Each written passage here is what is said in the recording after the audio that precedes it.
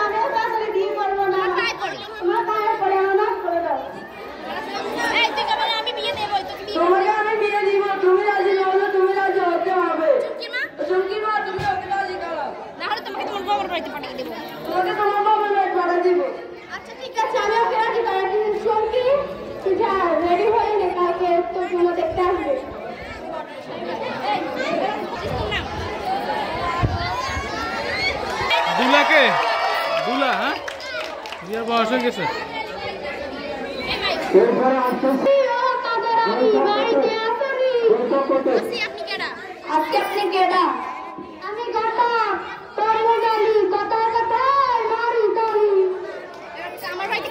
আমার বাড়িতে কি মনে করে মেয়ে কেমন সুন্দর সুন্দর খুব সুন্দর মন বাইরে যাবে বাবা। হ্যাঁ এবার আমি তো কষ্ট করে ছেলেকে বিদেশ পাঠাইছি। আমি তো কষ্ট করে ছেলেকে বিদেশ পাঠাইছি। ছেলেকে শিক্ষিত বানাইছি। এখন আমার ছেলেকে বিয়ে করতে হলে আমাকে যৌতুক দিতে হবে। এখন আমাকে ছেলেকে বিয়ে করতে হলে যৌতুক দেওয়া লাগবে।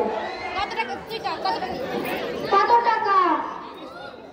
5 লাখ টাকা। 5 লাখ টাকা। যদি রাজি থাকে তাহলে মেয়ের সাথে কথা বলেন। যদি রাজি থাকে তাহলে মেয়ের সাথে কথা বলেন। ওকে আমি মেয়ের সাথে কথা বলছি। শেষ করে দাও। তুই রেডি হয়ে নে। এবার বই থাক।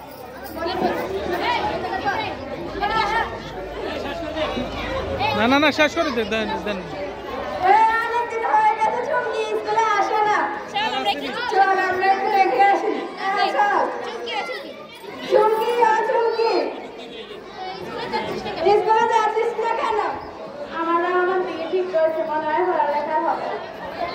ঠিক না এটা তো ঠিক না এটা তো অপরাধ। আমি আসলে হেড স্যারের সাথে কথা বলবো। আমি পুলিশের সাথে কথা বলবো। হ্যাঁ বল ভালো মনে করো। এবার পুলিশ দাঁড়া বইয়ে পড়ো। আপনারা কি কেউ বিয়ে করবেন? রাজি থাকলে বলেন।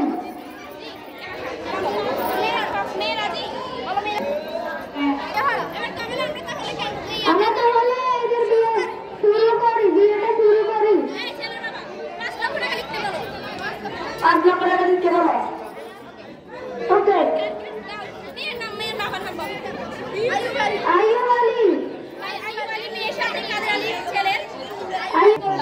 বলো মা কবুল বলো মা কবুল কে কইছে? এই কিসের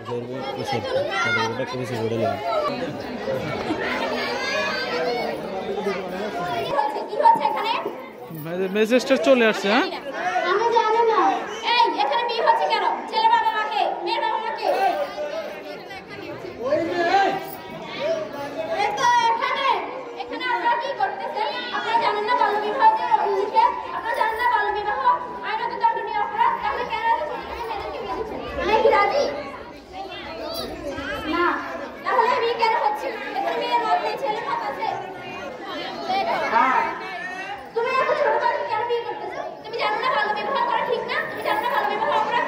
আপনারা তো বাবা মা, আপনারা কিভাবে পারছেন এত ছোট ছোট মেয়েদের জীবন নষ্ট করতে? এই ছেলে বাবা মাকে, ছেলে বাবা এবং মেয়ের বাবাকে অ্যারেস্ট করো। পুলিশ চলে যা, ধর গরি মি চলে যা।